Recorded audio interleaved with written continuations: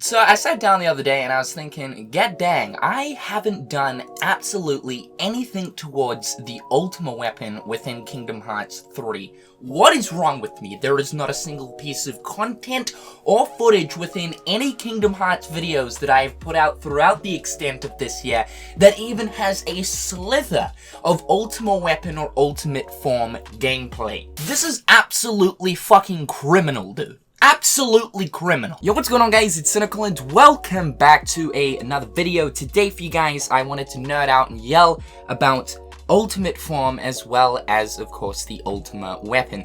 Because of the fact that I've done nothing towards even talking about my opinions towards the Ultima Weapon as well as the form that follows for that Keyblade on the channel at all. Kingdom Hearts 3 has almost been out for an entire year, dude, and I'm still yet to even talk about this absolute godsend of a Keyblade.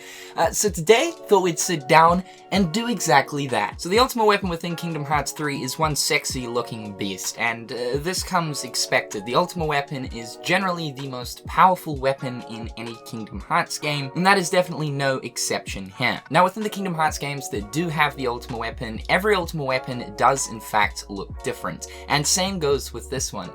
The interesting thing about Kingdom Hearts 3's Ultima Weapon, however, though, is this one definitely stands out the most out of the bunch that we definitely do have, and I think the main reason why is due to the red coloration of the Keyblade. Most of the Ultima Weapons that appear throughout the Kingdom Hearts series tend to go for more of a bluey gold theme.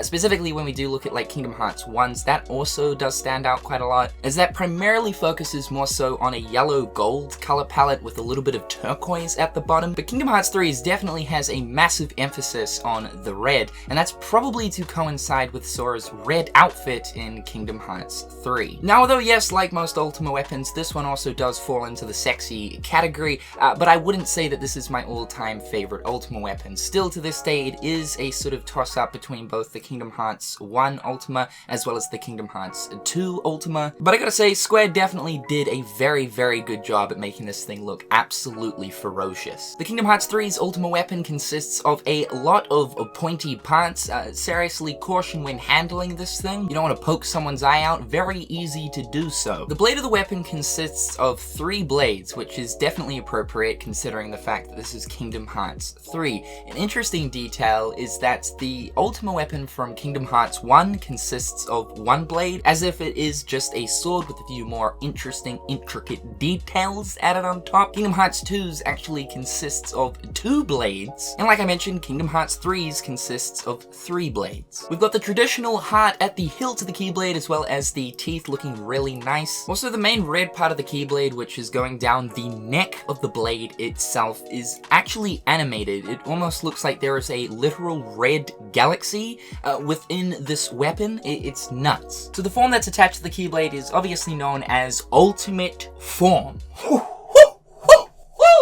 You just know you're gonna be in control of some power with the form known as Ultimate Form. The look of this form is absolutely pimping. Sora changes into a white outfit, and this is actually the only white form outfit Sora has within Kingdom Hearts 3. You might also be thinking that, well, hold up. When Remind comes out, we got that Oathkeeper, and that Oathkeeper's got a white form, right? Although Oathkeeper's form outfit is a sort of white form, it more so leans towards grey, and also the detailing on the Oathkeeper's form is also different to that of the detailing that we can find here on the Ultimate Form. The details on Sora's pants when in Ultimate Form is amazing. We got the zebra pattern going on.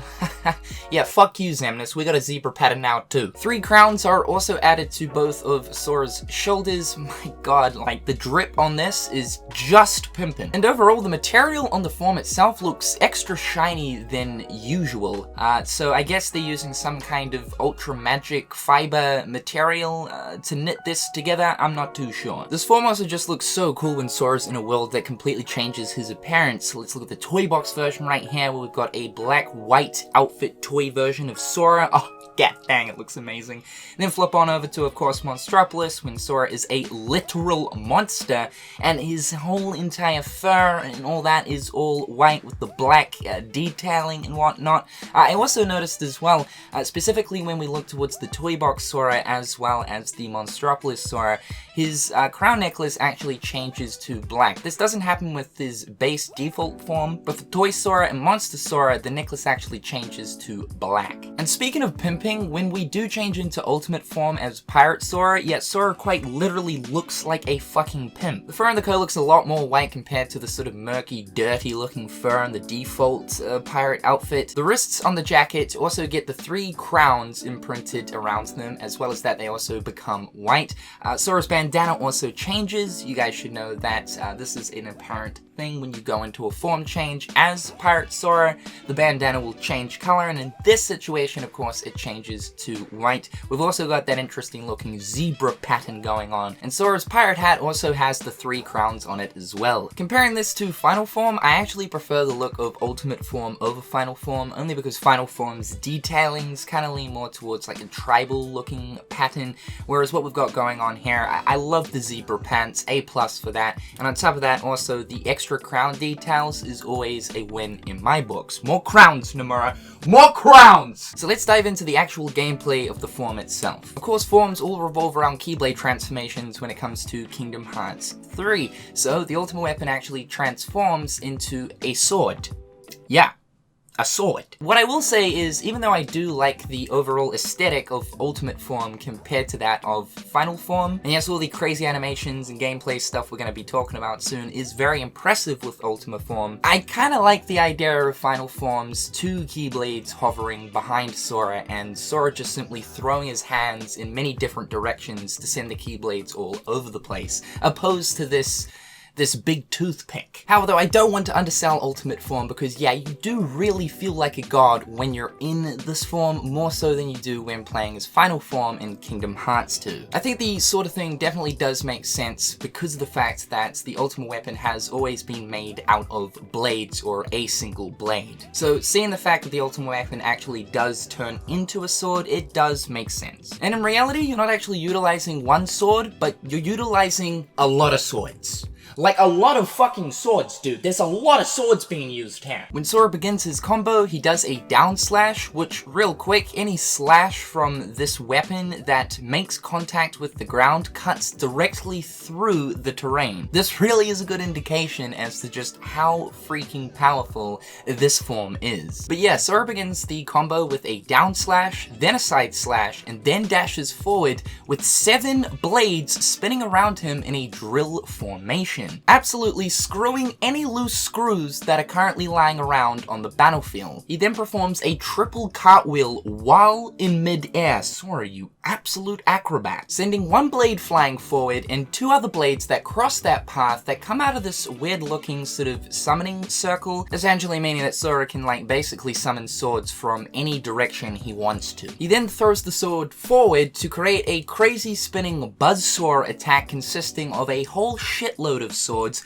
then flies into the air, coming down engulfed in a tornado of even more swords. He then summons some more Earthreal swords, pushes through those to dash forward, jumps up into the air once again, and sends down another 7 swords to do another crazy AoE kind of cut through the ground, look at this big circle I just made, attack. Holy shit. So as far as the base combo goes, that's it, and that is one spicy meatball. However though, we're not done. This thing's shot lock is absolutely out of control. It must be stopped at all costs. Although not part of Ultimate Form, this is the shot lock that is obviously attached to the Ultima Weapon, and this is the most broken, overpowered, gat-dang shot lock that exists ever, dude. The shot lock is known as Infinity Circle and only requires 1 lock. Don't let this fool you. you though, the whole one lock thing. You essentially have to wait for these 3 arrow prongs to touch the circle. As soon as it does, you are ready to let hell loose. Sora once again jumps up into the air, summons the massive Gat-Dang summoning circle that's known as, well, I guess, Infinity Circle. The really cool details that are like a part of the Ultima Weapon are all around and integrated into the Infinity Circle right here. It looks so badass. We've also got these like spiky chains wrapping around Sora as well. And this man summons the most powerful meatball of all meatballs and literally annihilates everything in the general area. This kind of works as like a mega flare of sorts, except forget mega flare, dude.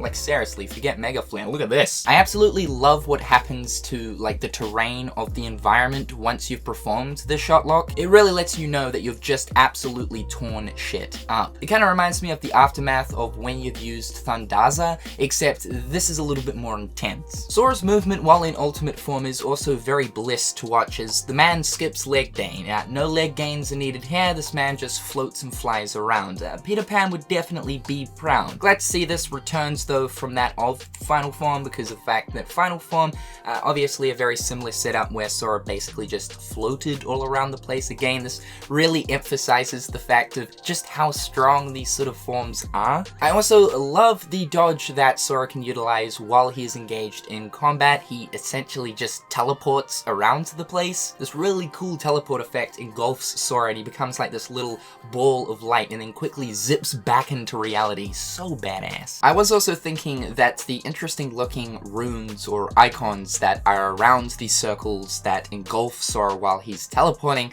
sort of looks like the interesting Scala language, but I don't think so. The guard in this form is also really nice as well. It works like a barrier guard, meaning that you can basically defend yourself from any incoming attacks from a 360-degree radius. And of course, as expected, the guard consists of a bunch of swords. The counter that goes along with the guard is quite cool. It allows Sora to push all of the swords that he's using to guard his booty with towards his enemies. It works as a sort of AoE blast counter. Now, just in case we thought we hadn't seen enough swords, shit's about to get real. For the finisher of ultimate form, Sora once again jumps up into the air. This seems to be a common thing with ultimate form. This man likes to jump about and summons another one of those massive Gat-Dang circles. We can also see the crown icon inputted into the detailing of the circle as well, which is very, very nice. The crown has always represented Sora, and this is another really cool way of doing so. But the man literally does 5,000 different ballerina spins while many thousands of swords are just slashing absolutely everything in the general area. Seriously, if you are like in the area of while this is happening, you're dead. You're not living, you are fucking dead. Swords rain left, right, center, from the sky, no, quite literally from the sky, because once you've actually finished this finisher, there are hundreds of swords actually stabbed into the ground. Like, once you've finally used this finisher, you essentially create a temporary Keyblade graveyard, or I should more so say sword graveyard. Towards the end of the finisher as well, once all the swords have finished slashing and killing everything in the general vicinity, there are also like 7 beams, I believe, that like rain down on the very perimeter of this attack, which turn out to actually be just massive oversized swords. So that right there, guys, is the Ultima Weapon as well as the ultimate form. I've been meaning to talk about this for such a long time, and I'm glad I finally got around to doing it. I love it. I absolutely love it. While yes, I do feel just disgustingly strong while using it, I have to say, it feels so good. Honestly, it really is a toss-up between both Final Form and Ultimate Form, although I think that in an honest lore standout against both forms, I really do believe that Ultimate Form would most certainly win. However, guys, in the comment section down below, please do share your thoughts about Ultimate Form and let me know what you prefer out of both Final and Ultimate. I would love to know. However, guys, I'm Cynical. Hopefully you're having a fantastic day, and until next time, guys, I'll catch you later. Peace.